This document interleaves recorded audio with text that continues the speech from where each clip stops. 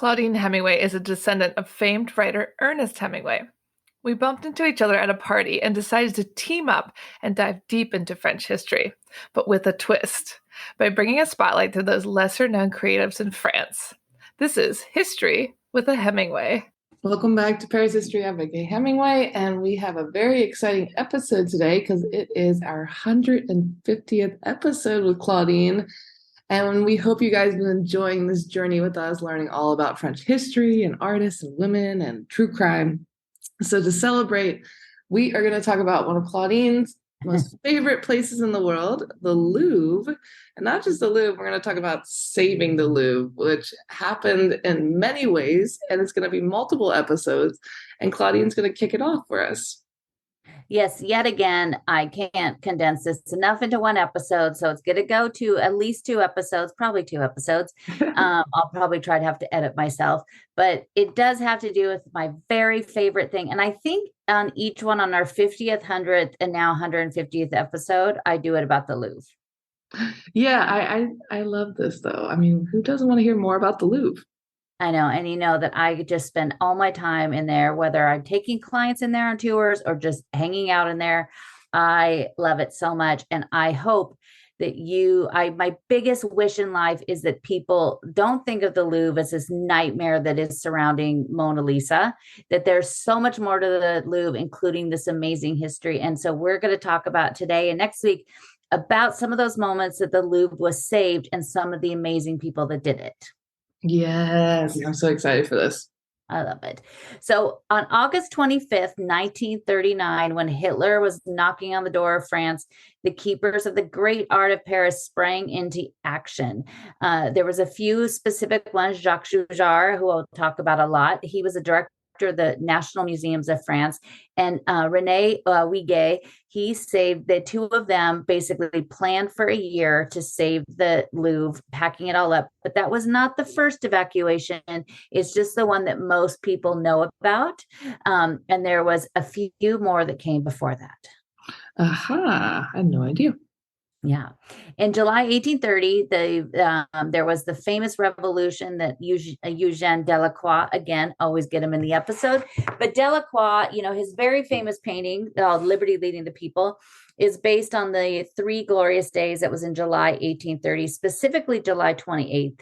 And most people think of that when they see that, they think of it's just the revolution. Most Americans and a lot of people just know of the revolution, the big one that ended up with Marie Antoinette and Louis XVI losing their head.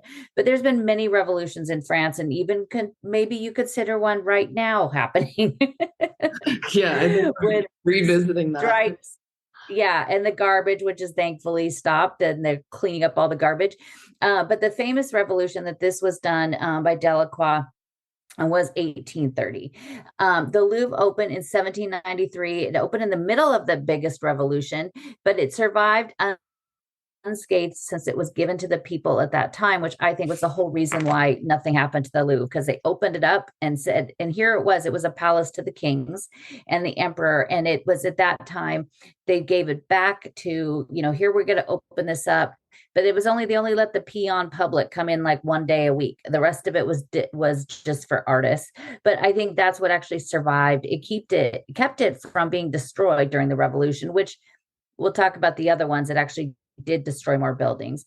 But on those Three Glorious Days, the Vicomte de Caillaux, who was a 93-year-old security guard, began to remove the paintings from the wall of the Grand Gallery because the people were outside and they were just going mad and trying to destroy things.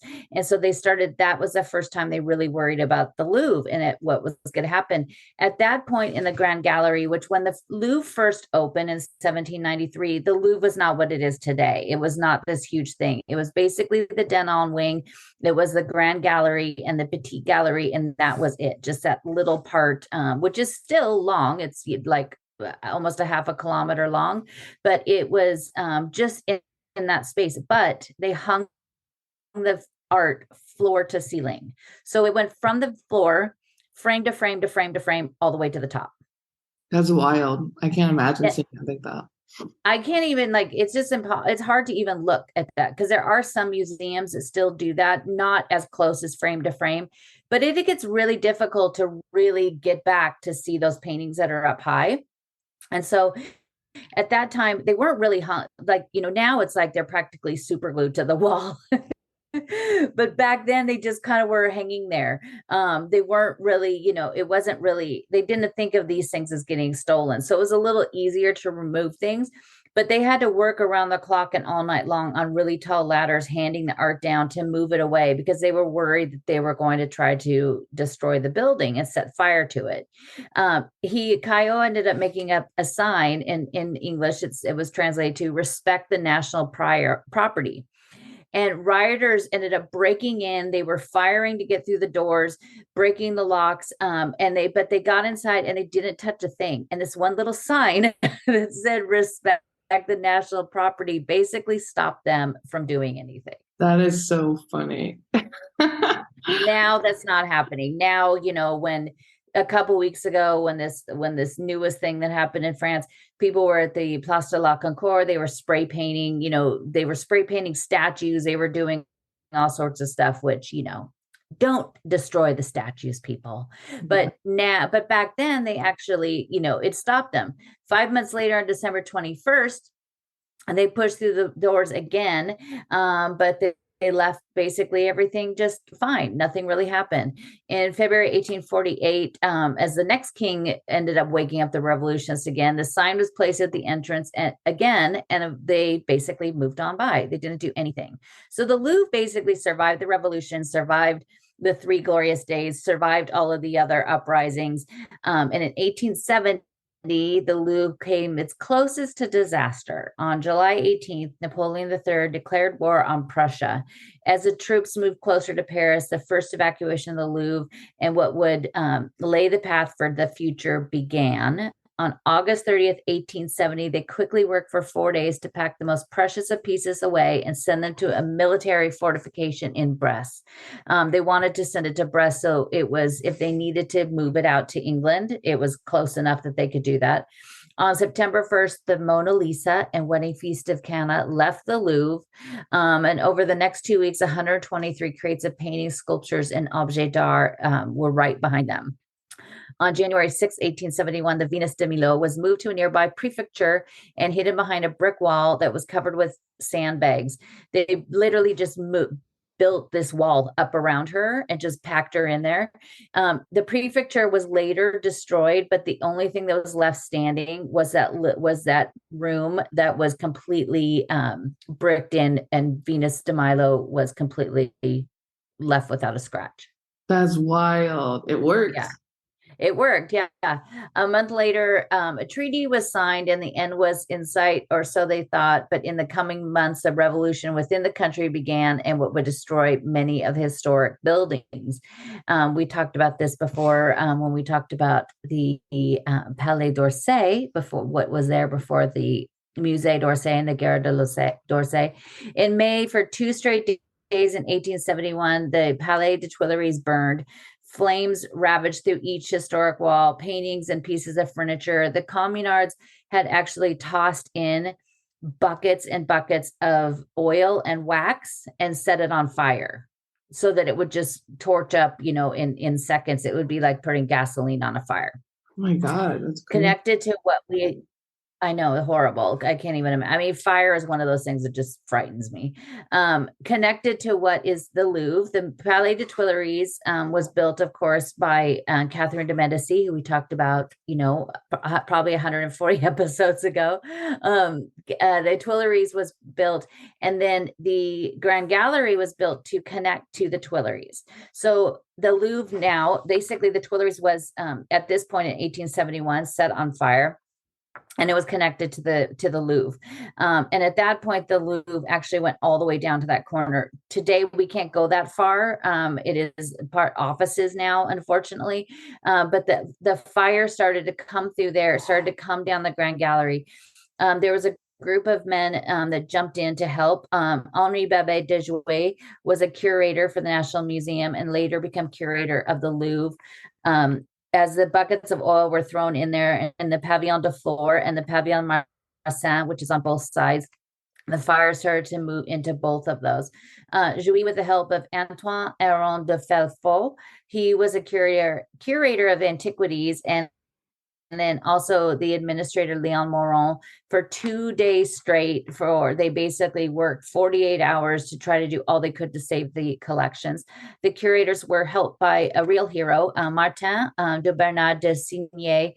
He was a commander of the 26th Battalion of the Chasseurs à Pied, and he was called to the Tuileries on the night of the 24th of May. As the flames were moving in so fast that he ordered his men to do everything he could to save the Louvre, using every weapon they could to break through doors and windows and holes in the roof so that the fire could get out. His men were able to do that. They were able to stop the fire. Nothing in the Louvre was destroyed, but the commander Martin did die that night in the fire. Wow, he died saving the Louvre. He died saving the Louvre. Today, when you walk into the Denon wing, if you walk in what is really the old main entrance, if you go there and if you look to the left, you see towards the stairs, you see Wing Victory. There's a little set, it's about 4 or 5 steps, and there's two giant plaques on either side. On one side, it is the plaque dedicated to him and for what he did in 1871 on that night. The other side has we'll talk about that later on, but it's kind of sad that these are where they are and nobody ever stops to look at them because they're up kind of high and you're walking upstairs. But just yesterday I went in there, and I've looked at these and I have probably 400 pictures of them, but I went in there to go look at it again. And I was in there for about an hour. And as I stopped there, I was taking photos, and then everybody was walking up, and then they'd look over and try to be like, what's this crazy lady taking a picture of? But then for a half a second, they would look at this plaque dedicated to these great men that gave their life to save the Louvre.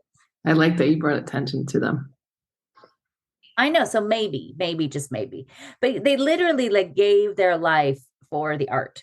The next challenge came in 1914 on August 1st, a few weeks after the start of World War I. Items in the Louvre started to be moved again. In the afternoon of August 24th, the Germans began to advance, and by noon the next day, on August 25th, which would be a very significant day, just 25 years later, the curators were told to quickly bring down the art. In these days, the art was still just barely hung on the wall. It was hung with hooks.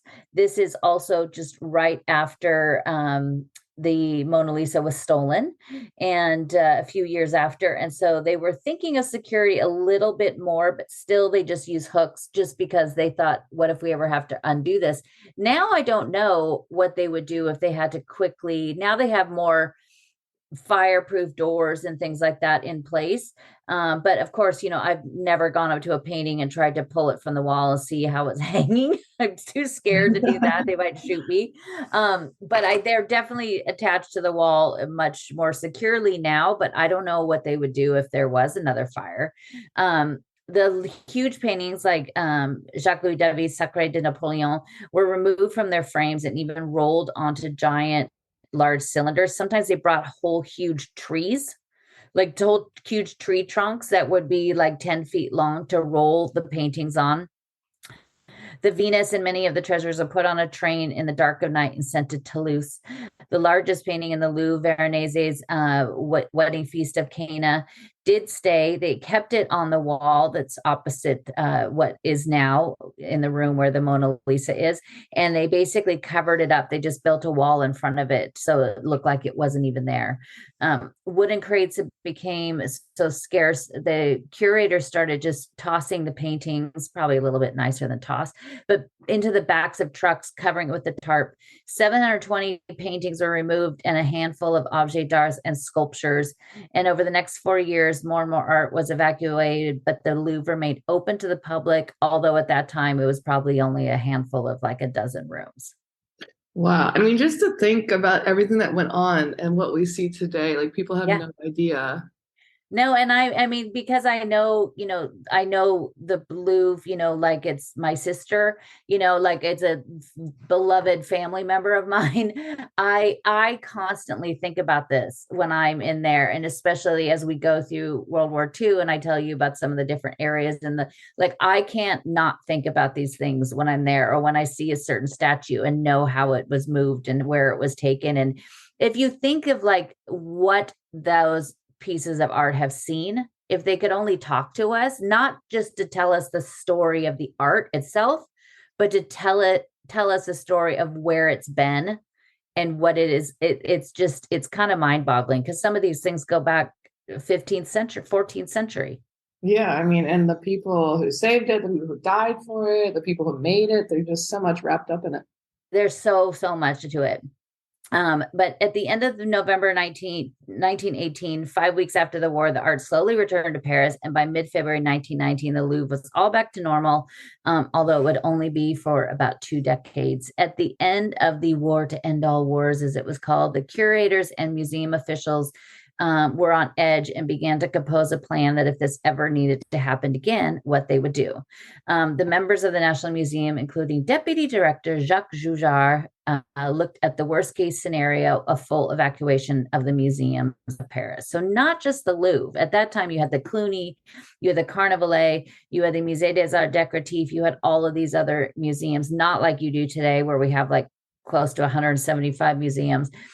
You had still had quite a few museums in Paris at that time. Jacques Joujard, who is one of my favorite people, he was born on December 3rd, 1985. He served in World War I for 1 year before he came down with tuberculosis and had to leave the war. His father also served in World War I and was killed on the battlefield. After the war, Joujard became a journalist and the secretary to Paul Panvin, and he eventually became worked at the Ministry of War, which got him the attention of the National Museum, who hired him in 1925. In 1938, the Spanish Civil War broke out, and the Prado Museum in Madrid was quite worried about their art. So a large committee of very high-ranking and notable officials asked Jacques Joujard if they could assist them with saving their art. So they packed up 71 trucks and took the Prado collection to a little town in Switzerland for safekeeping. So it was kind of the perfect trial run that he needed to know what to do, because just the next year, in 1939, they had to do it for real. But in August 1938, when he came back, he convinced the National Museum that they needed to rent 2 very large vaults at the Banque de France headquarters, not far from the Louvre. And then they needed to start looking for other places that they could use in France to hold art if they needed to. But what happened with World War II, they couldn't plan for that. A few chateaus the state owned, but many more were needed. Each needed to be secluded, but also have access to water. So if there was ever a fire, they would be able to quickly get to water to put out the fires. And what they didn't know is that they were going to need to be outside of the occupied zone, which, of course, a year out before the war, there was no idea. They would have no idea that they needed to think of that. Yeah, like, I mean, they had no idea what was coming. Like No. something big was coming. No, and the thing was, is as they started to realize what Hitler was doing, and as more of his plans came to light, that's when they started to panic. I have always said that, Hitler wanted to be an artist. He actually was a good artist when it came to architecture. And apparently, I think in DC, which they have hidden away, never will be seen by the public eye. They have some of his paintings, and I think it's in like the National Gallery, which I just was there a week ago. I should have asked to see those, but I think I'd probably spit on it. But he was actually a fairly good artist, and he wanted to go to art school, but they said because he couldn't really draw people.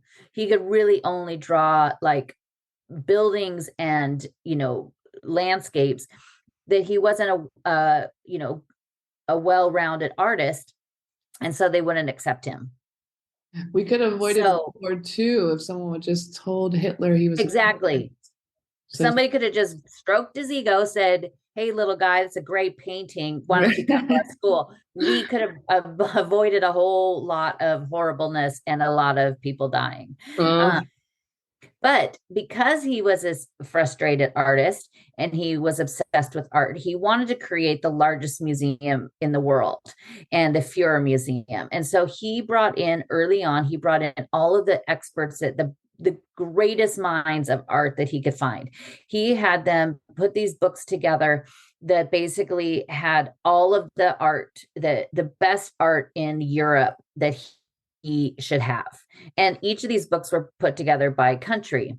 And they were all done in a certain order, like it went to Poland, and then it went to, it went through, and there was, Northern Europe and England and France and everything. And some of these books still remain. I think there was something like 30 of these books, and massive. We're talking these books each like 6 or 7 inches thick. And each one had a picture of these paintings and the sculptures or whatever pieces of art that he should take. Some of them actually, they do still have some of them. They've, like, the Monuments Men have found some, and some other people have found them, but we don't, the world has lost some of them. I'm sure some were burned. But he basically used those books to plot his path through Europe. that's crazy. I would love to see that. Yeah, I'll see if I could find some. I saw him years ago in this documentary, which there's a couple great documentaries and a couple movies, some more documentary style movies to see if you want to know more about this, that I'll share next week. But on September 22nd, Hitler moved into Poland, and now the plan to get this art out of the Louvre became more of an urgency. So on Monday, September 26th, the Louvre was given its official order. The next morning at 6 a.m., several trucks left the Louvre, headed to Chambord, filled with the most important paintings, crown jewels, and the Rubens Medici cycle, which I love.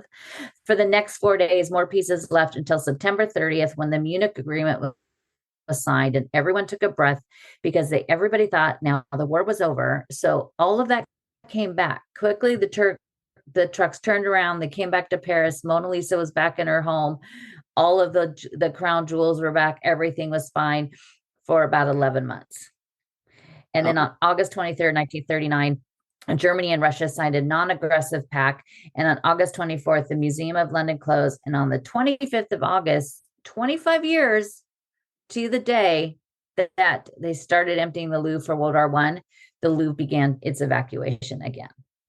Wow, 21 to the day. 14. 1914 to and then 1939 on August 25th. Isn't that crazy that it's August 25th, same day? That's really weird, actually. It's really weird. And you know how I love those kinds of things. So they closed the Louvre, saying they were closing it for cleaning for 3 days. However, what really happened was the biggest plan to keep all of the art out of that greedy little dictator's hands, which they were able to do. On those 3 days, the staff of the Louvre, volunteers, students, everybody worked around the clock, packing up the paintings, taking them off. They would go through the Grand Gallery, and I'll post some pictures of some really cool black and white photos. I've got some amazing books that have some of the photos in it of the Grand Gallery just empty. And so they would take chalk and they'd write on the wall. And back then the paint was darker, and they'd make a square, the size of the frame, and then they would write, they could write, Delacroix, liberty leading the people, or whatever, so they would know where to put these things when it came back. Jacques Chouchard worked closely with René Huyghe, who I mentioned. He was a curator of paintings. Huyghe was a French writer, art historian, and a curator for the Louvre. He was born May 3rd, 1906, and studied philosophy at the Sorbonne before attending the École de Louvre. Now he may not be a household name, but he was part of one of the greatest moments in the history of the Louvre. He was named the curator of paintings in 1930 and a professor at the École de Louvre, and his life was all about art. And my grandparents had one of his books that was about, it's not a very big book. It's probably like 70 pages. And it's kind of like the highlights of art in the Louvre. But back then it also included the Impressionists, because that's what was there at the time. But my grandparents have that. And now I have that book. I love that. I love that. And it's written by him. That's very cool. So cool. The next day, on August 26th, by 1 a.m., the 50 most important paintings were in crates once again. Joujar and Wiguet needed more help, and so they called the students of the École de Louvre, and also theater employees were called in. They ended up they needed something that was going to be able to hold some of these things. So Gabriel Cogniet, who is the nephew of Marie-Louise G. Cogniet, who we did an episode about, he was the nephew of Marie, and he owned the Samaritan after they died. He was also served on the council in the National Museum. He brought in trucks, crates, and more employees to help assist with everything. Early Sunday morning on the 27th, the Cour Carré was closed after an endless stream of trucks came in at the dark hours. When the art was packed, a system of codes and stickers were utilized. For the National Collection, MN was put on the crates. Huguet's painting department was LP. Antiquities was LR, and then red stickers were added for the top priority pieces. 2 red dots were for the most important, green for the most significant, and yellow for the lower significance. The ones that weren't even given lower just stayed in the Louvre. That's sad. But for the most of the paintings, Madame Lisa was given 3 stickers, her own crate labeled MN. She was then strapped to a gurney and rolled into a truck with labeled 2162 RM2. Jacques then sent a letter ahead of time to the depot where it was going to let him know exactly where they were going to find it. When she left the Louvre in World War I, she was again strapped to a gurney that time, but she was taken in an ambulance. Wow, an ambulance too? An ambulance. Yeah, they weren't messing around after the guy stole it, On August 28th, 1939, at 6 a.m., when all of Paris was asleep, out of the Cour Carré and onto the quay were the first 8 trucks, including the Mona Lisa, seated scribe, and the crown jewels again, and 225 other crates. The entire quay along the Louvre was lined with trucks waiting for their loads. The same day at 2 p.m., 6 more trucks left filled with crates. The next day on the 29th, 23 more trucks left. As soon as they left for their destination, they quickly returned to Paris to load up with more cargo. Twice a day until September 2nd, 2 convoys a day left the Louvre, each driver putting his own life in danger as he went. And everything first went to the Chateau de Chambord. That is where they basically brought them all in, checked everything, and then decided where to send them from there. They had quite a few different chateaus that they used in the Loire Valley. And we'll get more into all of that and all of these other great people next week.